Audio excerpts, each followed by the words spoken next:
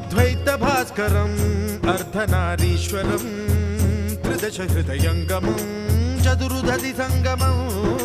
पञ्चभूतात्मकं षट्शत्रुनाशकं सप्तस्वरेश्वरं अष्टसिद्धीश्वरं नवरसमनोहरं दशदिशासु विमलम् एकादशोज्ज्वलं मेकनाथेश्वरं